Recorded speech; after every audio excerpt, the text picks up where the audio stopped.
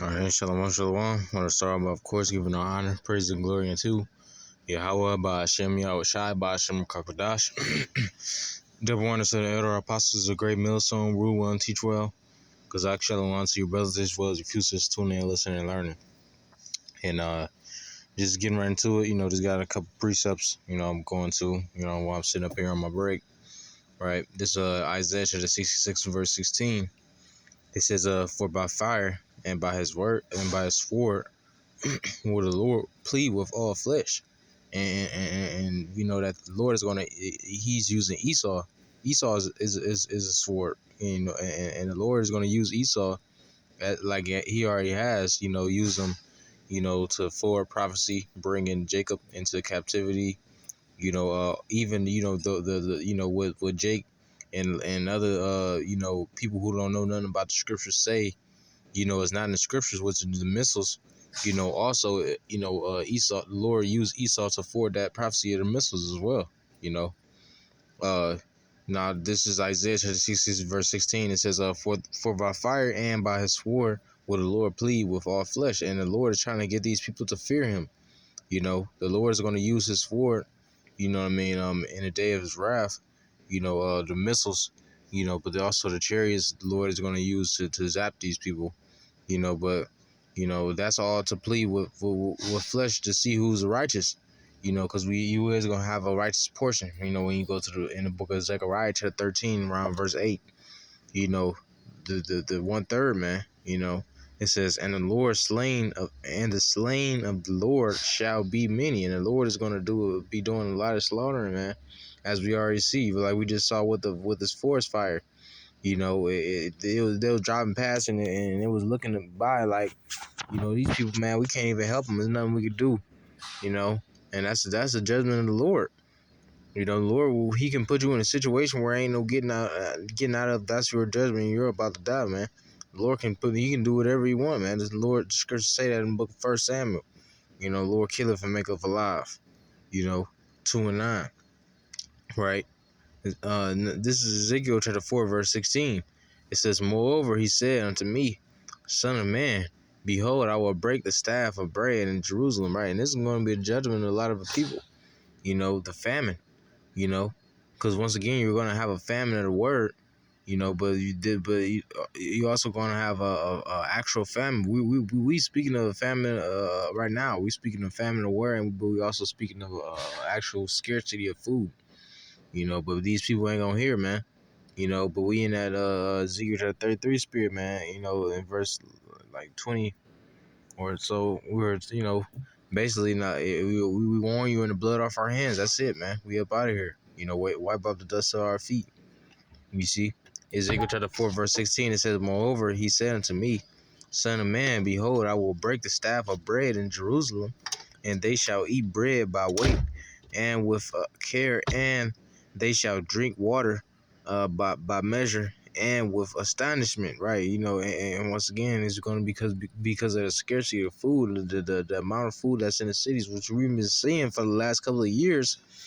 In the midst of all of these, panic buys from various many people, and all this shit going on, man. The amount of real food has been depreciating in Esau's supermarkets, man. And we it's gonna get to the point to where ain't no food, man, in the market. The only way that you're gonna be able to get food is if this devil bring it to you, in a form of, you'll have to take the C hip in order to get it, man. But the Lord is going to feed, the elect. The scripture say, my servants shall eat. In the book of Isaiah, the scripture talk about that. My servants shall eat. The Lord is going to feed his elect, man. It says, moreover, he said unto me, son of man, behold, I will break the staff of bread in Jerusalem, and they shall eat bread by weight.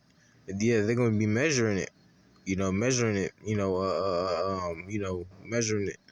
It says, and with care, and they shall drink water by measure and with astonishment. Second Ezra chapter 4 and verse 5, it says, and I said, tell on my Lord. Then said he unto me, go thy way, weigh me the weight of the fire or measure me the blast of the wind, or call me again that I was like this is not what I wanted. Oh, this is what I want right here. This is not I ain't want that second as right. This is the book of Psalms chapter 78 and verse 49. It says he cast upon of them the fierceness of his anger, right? And the scripture talk about that in the second Ezra. That's the spirit I had that because the scriptures talk about the second Ezra chapter. I think that's 16, where it talk about like who will turn back the plagues.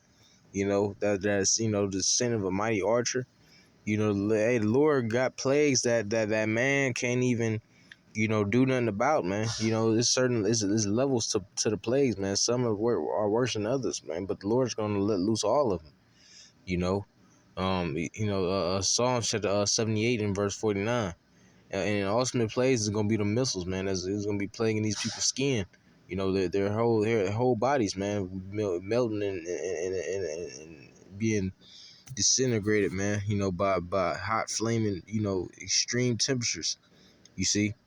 Psalms chapter 78, verse 49, it says, he casts upon them the fierceness of his anger, wrath, and indignation, right? The Lord has indignation, man. The indignation meaning righteous anger. The Lord has that, and he's going to use it, man, against, these people, man, because once again, we just read, the Lord is going to try these people by their works, man.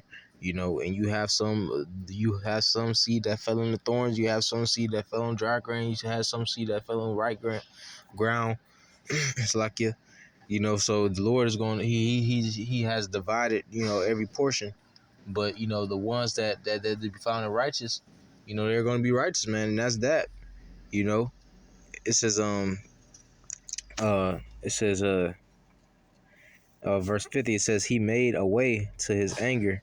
He spared not their soul from death, but gave their life over to the pestilence, and that's going to be judgment, man. The Lord is going to let out the plagues, and ain't nobody going to be able to turn them back, or the Lord ain't going to turn them back. So what you going to do? You just going to have to deal with the judgment, but we not trying to deal with that. We hoping that we amongst the elect, man. We hoping that the Lord have mercy upon us. Look at what time it is, 4:41. Let's go. All right. I'm about to close out in a second, in about 1 or 2 minutes. All right. It says there be this book Sirach chapter 39 verse 28. It says there be spirits that are created for vengeance, right? So the Lord, he created spirits for vengeance, man. And when you go to the book of Second Peter, the scripture talk about how the Lord created brute beasts made to be taken and destroyed. So you actually have people, you know what I mean, that the Lord is, he has predestined them, or he has their judgment prepared, man. Their horrible judgments prepared.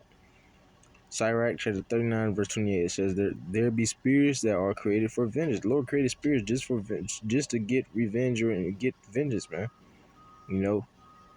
Get righteous judgment, and it's all divided in righteous judgment under the Lord.